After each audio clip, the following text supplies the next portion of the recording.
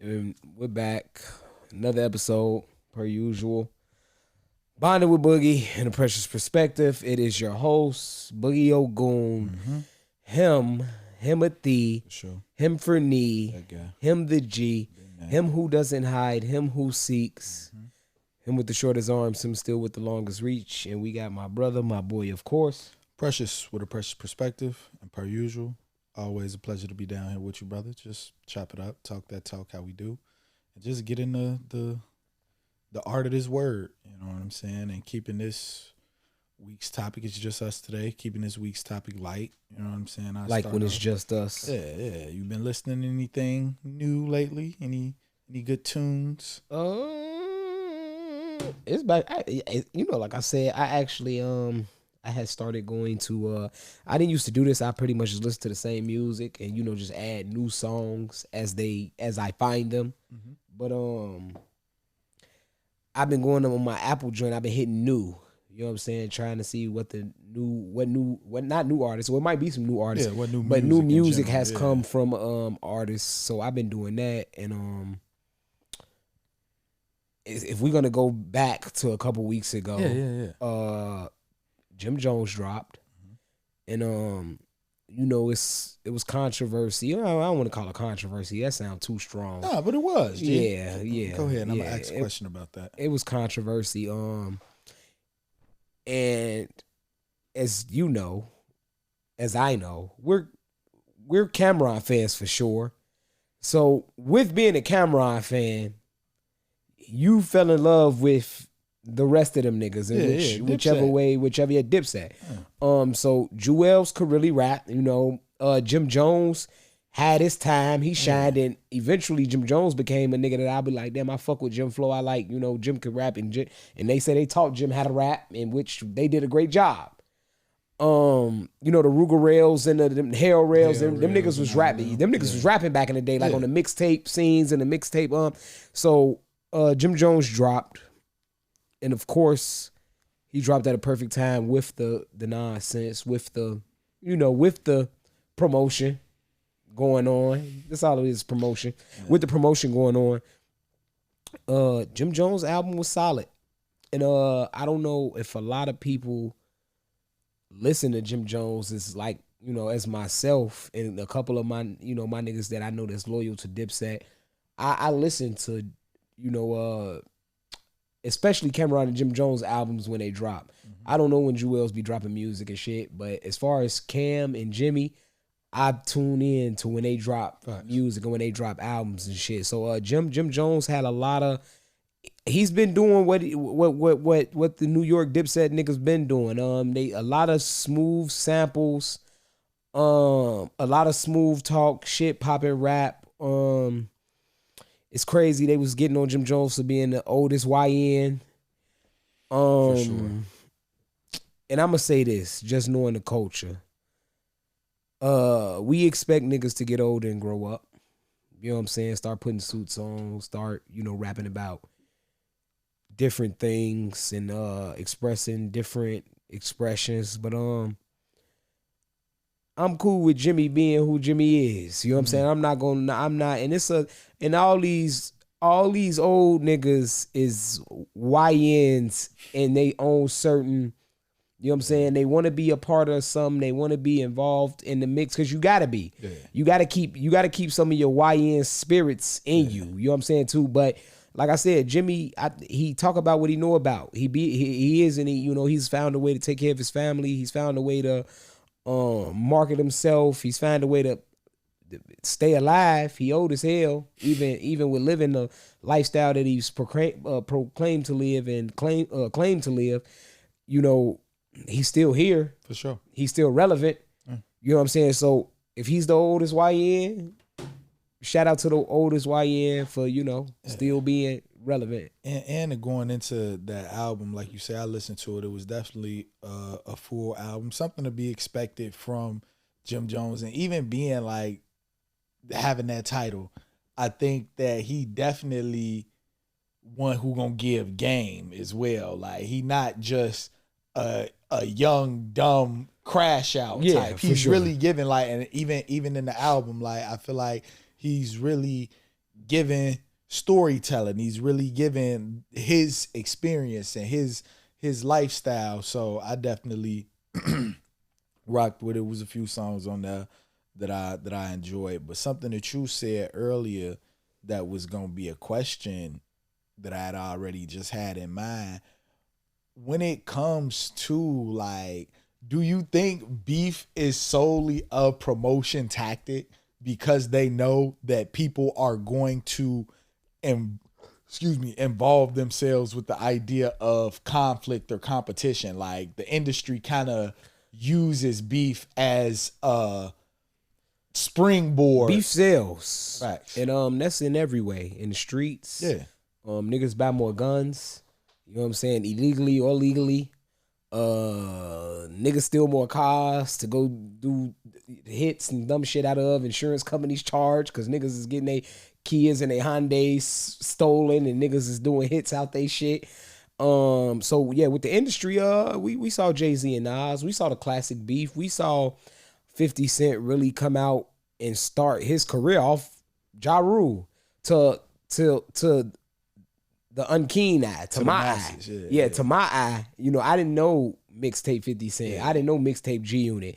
I knew Wanksta 50. And as it progressed, it was like, damn, this nigga came out and he's killing Ja, and this nigga's taking off just from killing Ja back to back a couple times. You know what I'm saying? Like, it solely took him to murder Ja, and he was instantly the man. Yeah. You know what I'm saying? So, yeah, beef most definitely, beef, sex, we know the things that sell. Facts, but I feel like, so a lot of times, maybe I'm just thinking movies because they say this shit. A lot of like, I feel like a lot of the, because war is expensive. Like, to fight a nigga, like you said, all that shit, like, yeah, somebody's making that money, but more than likely, it's not the niggas that's in the war. You know what I'm saying? Sure. Like, and so with that being said, I think that, do you think that's something that as a culture we perpetuate, or is that kind of an industry thing that's pushed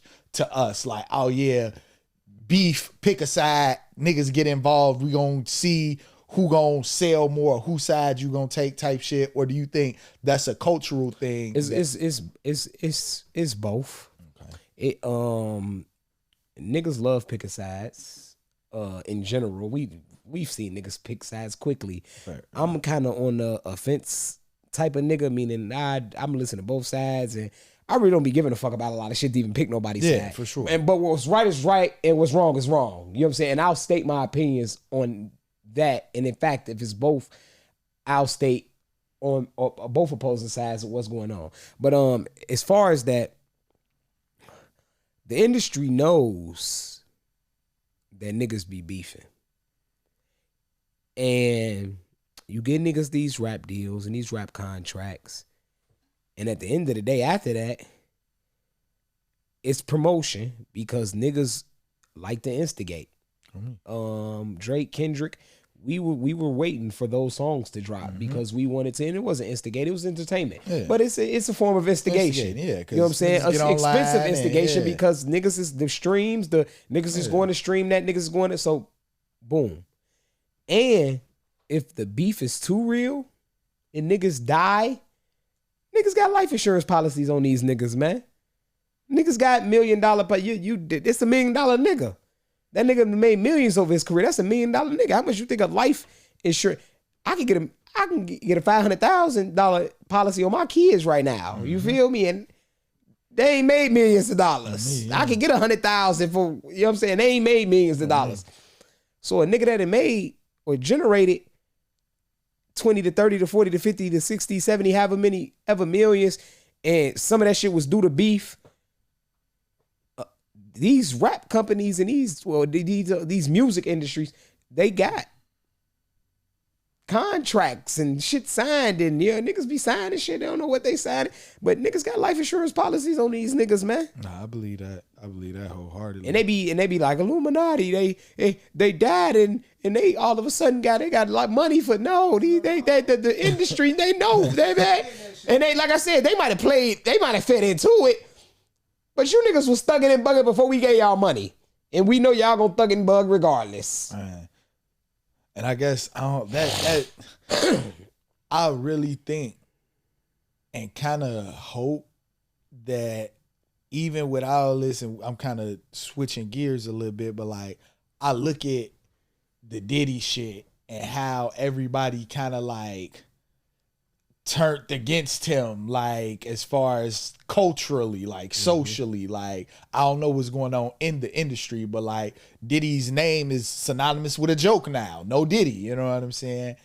And thinking about what you just said as far as the beef being shit, ultimately a way to pay for some rich executive yacht for real, because more than likely they didn't put insurance on niggas, all this different type of stuff. Like my thing is They got your social, all that yeah, shit. when do we break the industry? You know what I'm saying? Like when do we, and I think that this period that we're in now is real essential to artists and creatives because we're seeing that the power struck, like for real, bro. Like I don't know that I want $1 million having to do a quarter of the things that they've possibly accused the Diddy's and these upper ants. I don't know that $1 million. So like, even the shit that you hear. Yeah, like I don't know that like I even want to attain in the industry, that is in the entertainment industry, because that's generally what we talking about. Like I feel like we at a point now where the independent artist does have a lot of power and always has had a lot of power. Because you look at the Master P's before he got to a label and all that different type of stuff. Like niggas who really And with that independent shit, we talk about the Master P's, we talk about the Dolphs. You the feel Dolphs, me? and you know that's Nipsey's. that's like, one that's we named some. We can name several, but that industry money is it's different. It's guaranteed. It's guaranteed, and it's guaranteed you're gonna pay it back. But it's guaranteed that things are taken care of. It's guaranteed that bus is gonna be there. It's guaranteed that room is booked. It's guaranteed you're gonna eat. It's guaranteed you're gonna sleep well. It's guaranteed that you can bring your kids along. It's guaranteed that for the amount of time that you on this contract and we got you. But no, that's that. But that no, like Real just said, we got you. Yeah, That's the part, and that's go ahead. My fault. And as far as we not gonna knock a nigga taking a deal, hell no. Yeah, for sure. Niggas be, but like you said, and I don't want, like I said, we was talking about music and shit. I don't even want to get into the deep depths of it about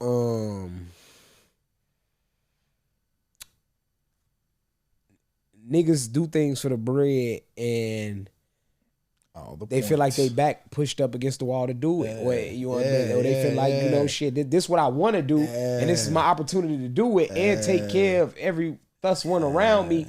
So it's a decision that got to be made. And I don't know the ins and outs, but you know, we hear things, we see things, I don't want to say know things because you don't know what you know. Know nothing you don't know what you know. You know what I'm saying? Yeah. You know what I'm saying? But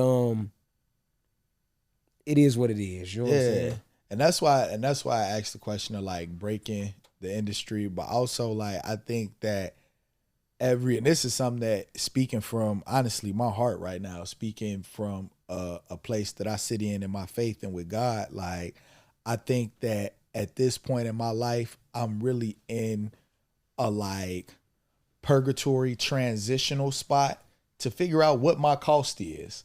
Like, because a lot of niggas don't take that into consideration, and that's how you end up in those like back against the wall type deals, because you didn't take into consideration like when you stepped into this room what value you brought, as well as despite what a motherfucker in this room who's supposed to be these labels, industry, whatever, who's supposed to got you, what they tell you worth. You know what I'm saying? Like niggas don't come in like, hey, because my thing is, as fucked up as it may sound, my nigga, a nigga tell me right now, I got $1 million for you.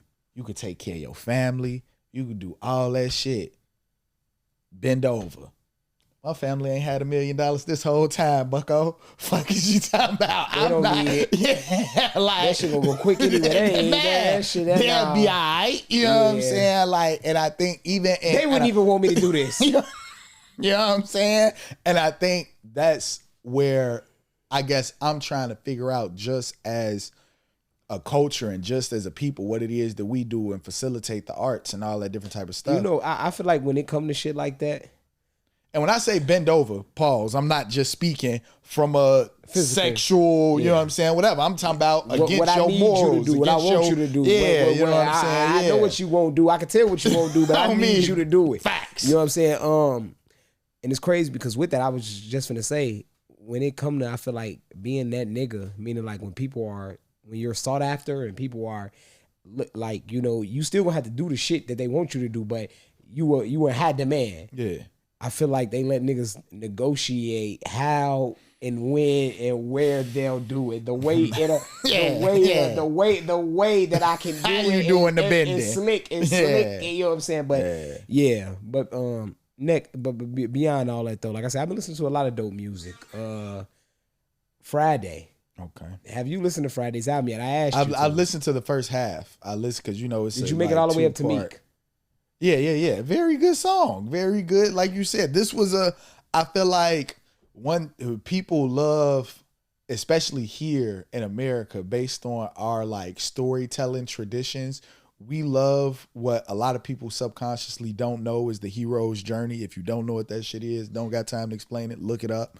But we also love a good redemption story. We love for a motherfucker to seem like niggas counted him out, B. And he came back. And I feel like for Meek, and the fact that he was talking real shit, the fact that ultimately he was giving his heart, because that's what this art form a lot of times it's all about. It's about the relativity and the relatability that you could damn near connect a bunch of different people on. And I feel like Meek was able to do that shit. And like you said, the Friday album overall, I liked because like, or the first, like I say, the first half, because that shit was like what is it, like ultimately damn near close to 30 something. Yeah, some of that nature. Some of that nature. And it's a thing that I like to switch up for the sound. I realized that I really either on some heavy rotation shit, I either listen to 21 songs. Okay, facts. And it's some videos and shit that, okay, facts. For the songs. I feel like I listen to a lot of rap music or like lo-fi jazz. Like that's damn near when I'm at the gallery or I'm just kind of the two bags that I be in. So his album was kind of like a R&B-ish kind of. Yeah, I'm not gonna lie to you. I be listening to what I listen to, giving my albums of the year and shit like that. Big X the Plug had a nice album. Very nice, yeah. Central Cee had a very nice album. Shout out to my British very drillers. Very, it was a very nice album. But as far as Friday's album, I want to give it, and it's crazy because I related to a lot of Central Cee shit. Even though, you know, he is who he is and what he is, and you know what I'm saying, but he was talking shit that I'm like, man, he's a street Brit. Yeah.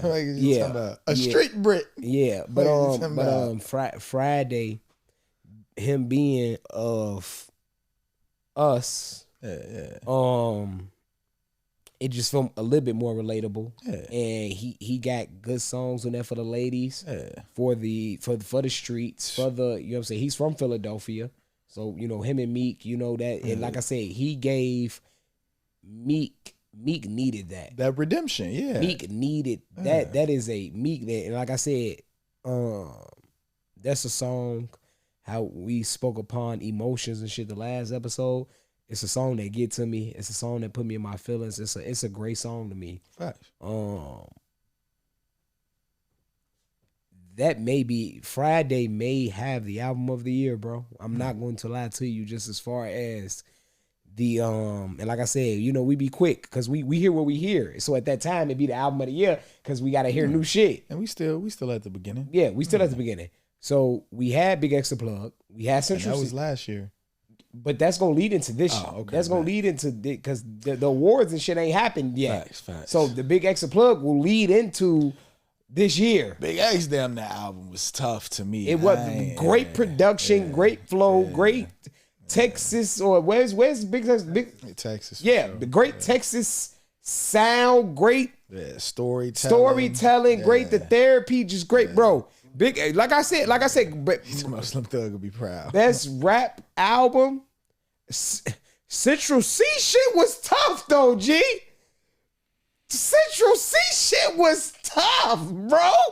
Like that shit was really like, if we gotta compare albums, you would be upset trying to really. Central Cee shit was tough. So we not gonna put Friday in the rap album. And that's because I think, and that's the thing about Friday shit. Like what I liked about it, the music was refreshing. It was uplifting. It was, like you say, it was a different rhythm than, even though some of the tracks on Central Cee shit, and that's the thing about like the Central Cee shit was to the T, foreign music and shit. Like they dabble in the it's like really a more, in my mind, and they motherfucker correct me somewhere in life if I'm wrong, but like it's like almost a reggaeton sound almost. Like I know he had one, and not even because I guess Bad Bunny. I see. Okay, I see what you're saying. It's not a reggaeton sound. Yeah, it's a BK sound. They got their own sound. Yeah. So it's something that you're gonna, how you fell in love with reggae from hearing reggae. Reggae had their own sound. He has this. He got. It's not. I don't want to call it.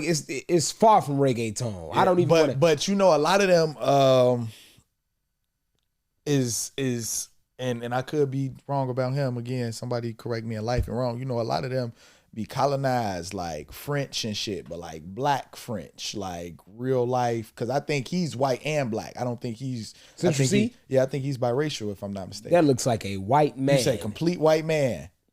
He never gave me black, not even a bit piece. Can Real Duncan pull that up in the background? Because that don't even matter. Yeah. Oh fuck yeah, this nigga's Polish cream. Nah, this just throwing me off. Okay, right. So his mother's English and his father is Chinese and Guyanese. I don't know what Guyanese he ain't is. My nigga knees. Man, get the fuck on, man. Get by.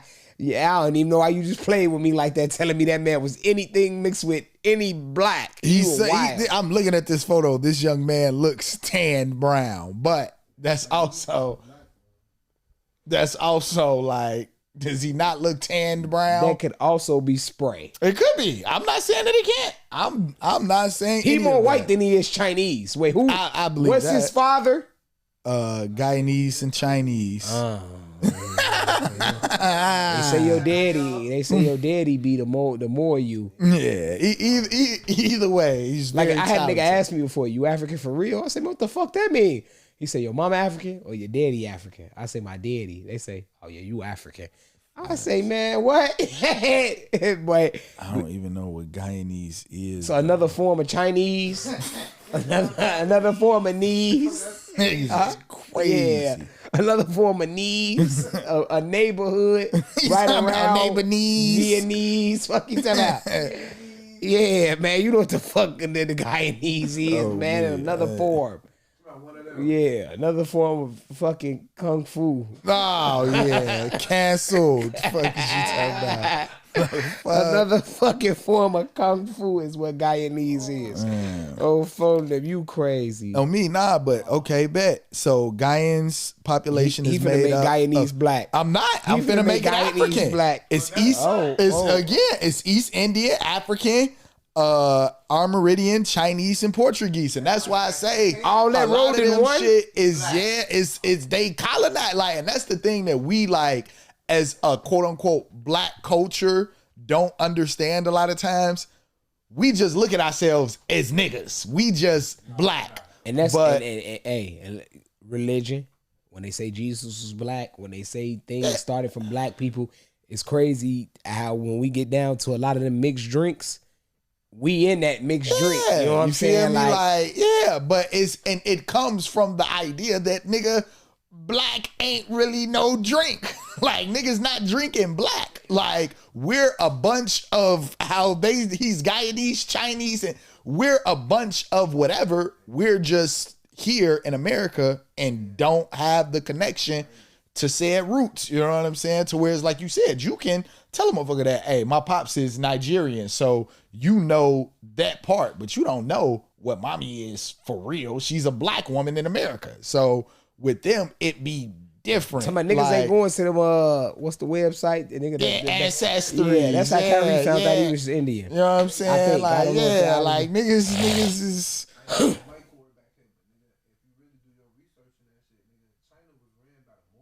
Yeah, you know what I'm saying? Them black people, he's talking about the Moors, but something like the Moors. The Moors was damn near the Moors of 1,500 years ago, 1,000 years ago. You said China was ran by? Yeah, the Moors, but the Moors, yeah, all that shit. Like, yeah, and so it's like, it get deep, because again, I ain't gonna even study. And maybe the reason that I'm going for Central Cee being some type of connected, I don't connect to white people like that. There's no offense to white people. Okay, so what I'm saying is, but what I'm saying is, when he was rapping, you felt that shit, right? Yeah, it's soul, it's real life, and that's you felt that even if you felt that whatever no he was introduction talking about, needed. You say whatever he was talking about was real. Yeah, you felt that he really went through that pain, struggle, and whichever way, because we all just because. Your pain and struggle ain't the same. Just because your norm ain't the norm for another motherfucker, it don't make it, you know what I'm saying? Unrecognizable. Just because your struggle ain't my struggle, I took my struggle a different way than the way you took yours. Absolutely. I could come from a rich family. I had different struggles than what you had being poor. On me. You know what I'm saying? So, like I said, it's Central Cee album, like I said, bro. If a rap album. Yeah, I listened to that shit for 3 weeks straight. Yeah, as far as a rap album, bro, Big X the Plug shit was nice.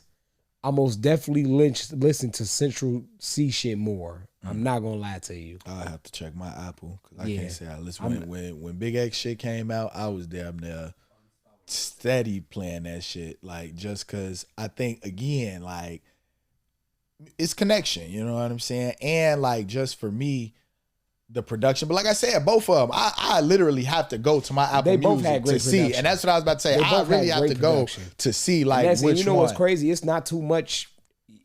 Great production is number one now. Yeah. Fuck the rap. Fuck the great production is great. You know, one thing I felt being a poet. One thing I really felt about with the Friday and Meek song, I felt they were talking. It was like, you know, and when you hear rap, everybody be talking. Yeah. But it felt like poetry to me. It was from the heart. It was from I felt that shit. When Meek started rapping, that shit was poetry to me. You know, he was rhyming, I rhyme in poetry, we rhyme in poetry. People, it was conversation. You know what I'm saying? It took me back to performing at Dodie funeral. I was performing for, the people, but you was venting. I was talking to my boy. Yeah. You know what I'm saying? In real life, like, nigga, I look at, like, when I double back and I think about it, whenever I just need to talk to him, I just go back and I listen to it. I never do that poem again, because it was meant for right then and there. And I know that bitch by heart now just from going back and replaying it. Not saying it that one time, I never went back and double back and said it again. I promise you. I never went back and ever said it again. But every time I need to talk to him, or every time I'm just thinking about him, or every time I just need to connect with him, I go back and I just listen to that bitch. And it's not once, it's 2, 3, 4, 5 times. And to the side note, the fact that I was going crazy on that bitch too, I be going back and listening to it as well. But the fact that I was going crazy and the fact that that shit was meant, the fact that that shit was from the heart, the fact that that shit was real life. But when I was listening to Meek and that Friday song, like I said, Friday shit up until that point, bangers, slappers, great vibes, great storytelling, great something for the women in between. When it got to right there, I was like, damn. I say, let me look up where the fuck this nigga from. Oh, he from Philadelphia. That's why he that's Meek is boy. He gotta be. What you know what I'm saying? And I'm happy he did that for me. Yeah. And I feel like the thing about this artistry, this sport, this gift, whatever talent you want to look at it, however you want to look at it, is really about connecting and building community and giving motherfuckers opportunity that ultimately I'm sure like niggas didn't know who Friday was. Niggas don't know. And again, I'm sure his fan base did, but what I'm saying, if we're looking in comparison to like celebrity to Meek, you know what I'm saying? To where it's like prior to maybe this run, yeah, but Meek is more famous. Yeah, but as far as Friday though, like I said, it'd be hard for me to get into new artists, new music. It'd be hard for me to get into that. But I've been hearing about Friday. Yeah, he been on Friday features. Yeah, and like I said, just as far as other people talking about him, but I never took my time to sit listen to and him. go. Yeah. And like I say, he one of them niggas. It be niggas that you find out about late and want to go back and listen to what they had. They catalog. You know what I'm saying? Before that. So he been out here and he one of them niggas through, like, you know what I'm saying, from what I'm hearing just as far as musically. And like I say, I know he is because I've heard some of his songs and they was hits. And he got radio hits. But like I said, I'm happy I'm happy they made that song. I'm happy that's a song that I like. It hit me when it hit me, and I was just like, damn. So like I say, Friday album, I don't know what category you put that in, but it may win because album of the year is considered all the categories, right? Rap. I'm not 100% sure. Okay, I don't even know if they had it. I know they got rap album of the year, R&B album of the year, rock. You know what I'm saying? Certain categories. Yeah. But like I said, so I don't know what pop or I don't know what category they try to fit that into. But whatever genre of music that they may try to fit that into is for sure. I don't know how many candidates they'll have, but he got to be in the top 3. Facts. For sure. Definitely not album of the year or any competition in that regard. But I definitely listened to my boy Drake and Party Next Door album. Okay. Decent music. Drake was doing like some rapping on there, but it was really songs for the ladies and shit. Drake put that out to let us know he was still around. Yeah. He put that out to give us something to just, you know, for us to be like, all right, you know what I'm saying? Because, nigga, where you been? You know what I'm saying? And you missed the pop out man. Drake pop out for the new artist, for the me. Drake the man. You know what I'm saying? Like, I mean, you damn near need that Drake cosign now. You know what I'm saying? Yeah. So it was getting weird. Like, where you at, big dog? You know what I'm saying? So I listened to it. I listened to it all the way through because I like when Drake rapping. Yeah, I do too. Yeah. And I do like Drake stuff as far as like controlling and slow and some. I like that as well. But I prefer. But we're not here for that with right the now. Situations that's going on now, you got to be rapping, and I don't want to hear shit else from you. Yeah, but I'll accept whatever you give us because nigga, we waiting on you. Yeah. And like I said, he gotta let it die down. It's kind of like getting exposed and coming back. And exposed for whatever reason, you get exposed.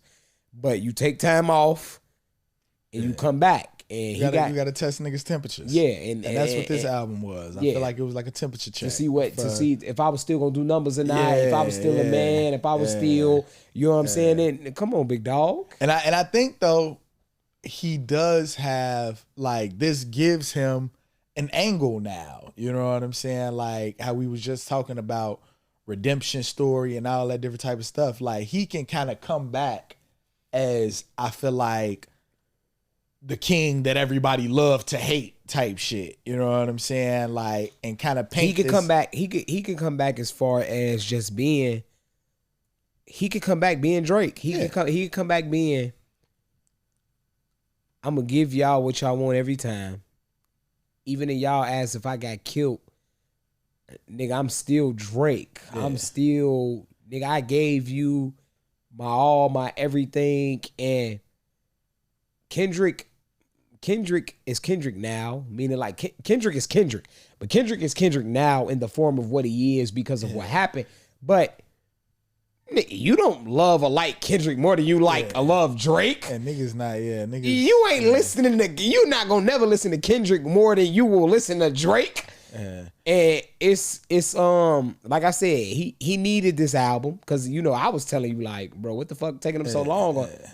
But it was more so, like I said, he needed it, he did it, and it was what it was. Like I said, Kendrick killed him. It was. We seen some of our favorite boxers get beat up. We seen some niggas on the lose. We seen some niggas on the block that we thought could whoop the world. They got beat up.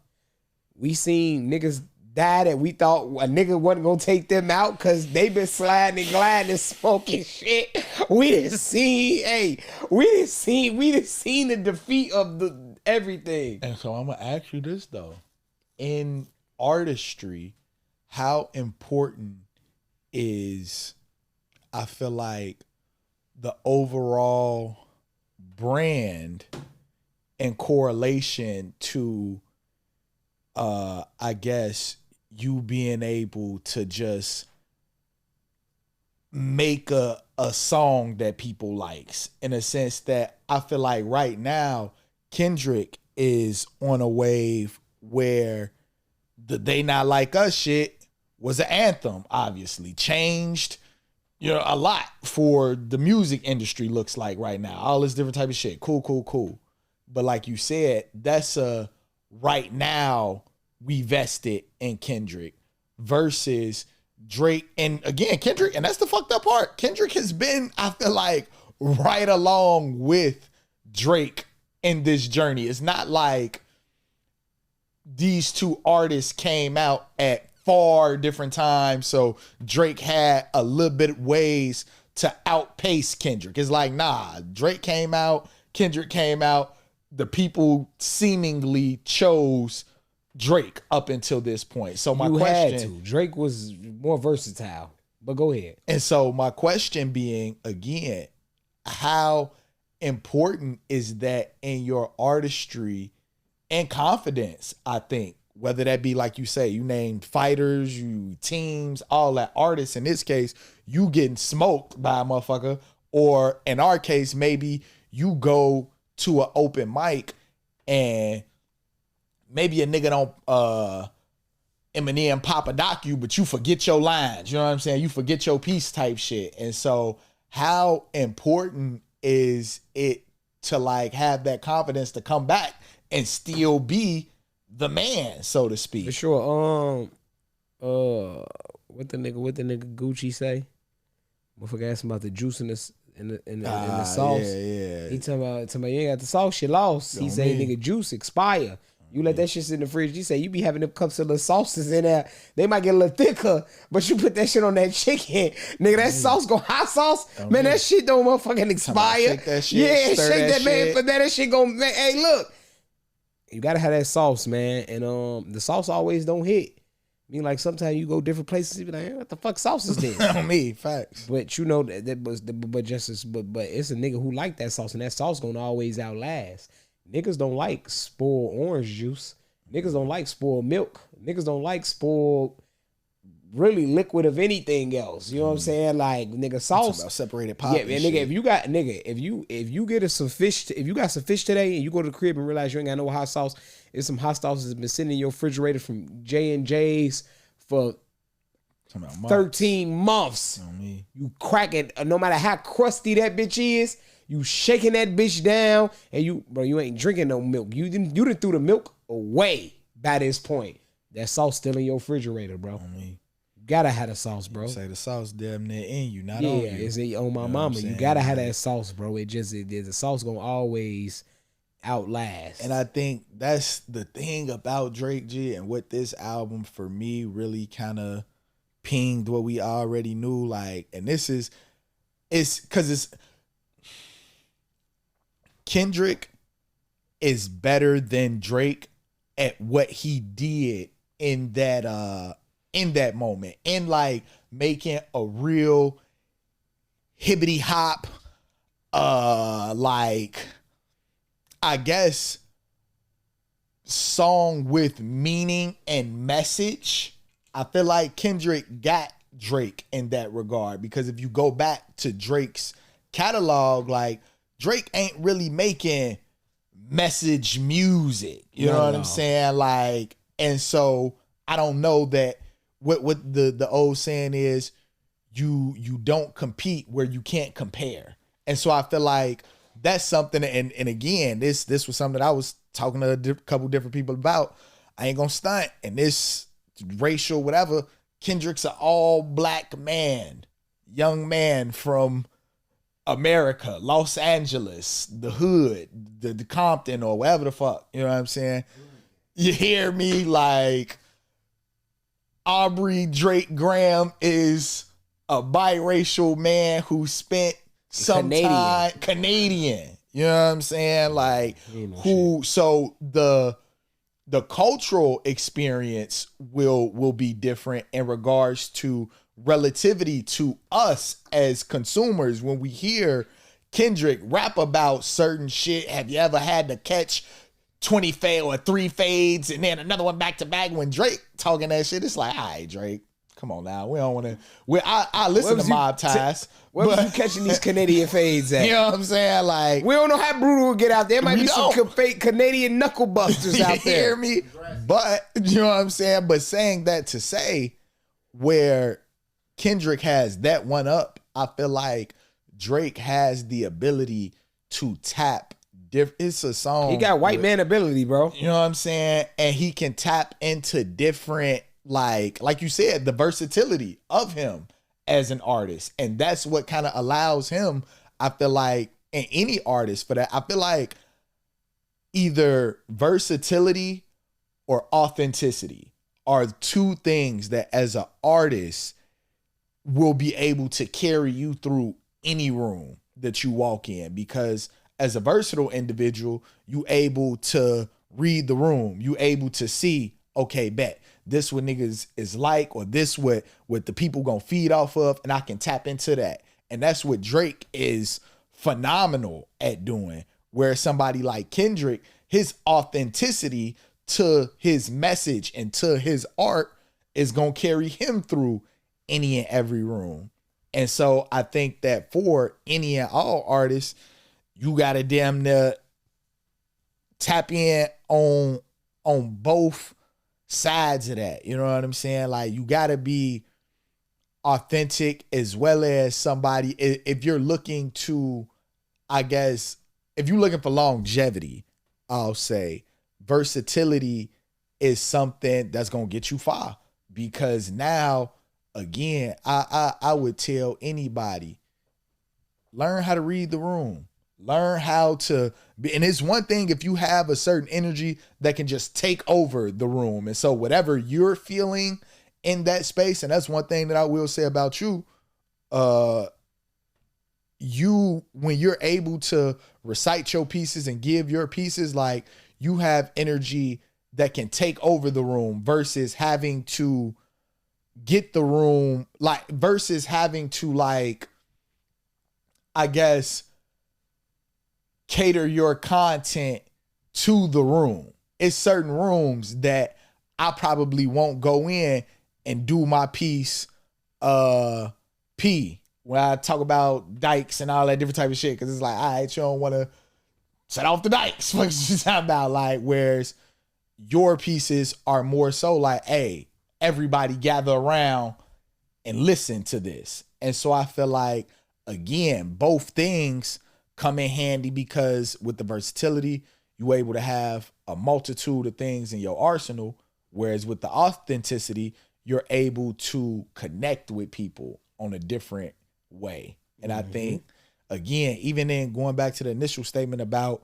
beef being a major facilitator of the music and the arts today, I feel like it's like you said, because it gives people the opportunity to pick a side. It gives people the opportunity to say, I'm right, you're wrong type shit.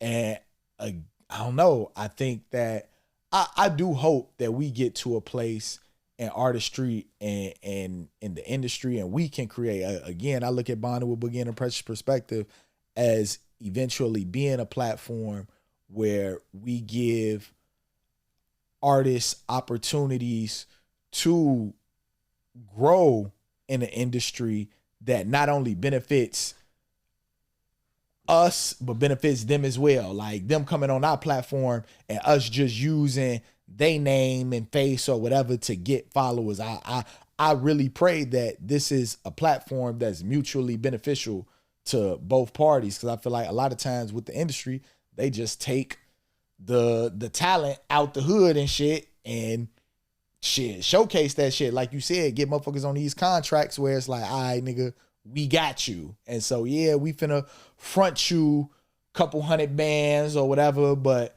we need that 500 back. We need that meal back type shit. Do you have anything else? Like I said, I've been listening to a lot of music, but we get into that later. We got some shit coming up. If y'all ain't got shit going on this weekend, you can catch me and Precious at the bar. I'm trying to pronounce the name of it. It's some Irish bar. O'Rourke's. 110th and Western. Come see us perform. It'll be comedy. It'll be poetry. It'll be drinks. It'll be food. It'll be a time to have. Appreciate you guys for just, still being here. Appreciate us for still being here. We plan to still be here for time to come. Other than that, I have nothing else, brother. For sure. And a quick wrap up with a Precious perspective. I think that, like I say, as artists and as people in this space of spoken word, I want to give myself the assignment, as well as other artists out there, create your opportunities, man. Like the things that you want to do when you want to get your artistry out there, when you have a mission or a goal or just something that you think needs to be put out there, put it out there. See where it go. Don't necessarily let the system or the things around you hold you back with any constraints or any restraints for that matter. Like go for it. You know what I'm saying? Head, heart, all of it. Just tap in, and with that, it's a wrap. We out.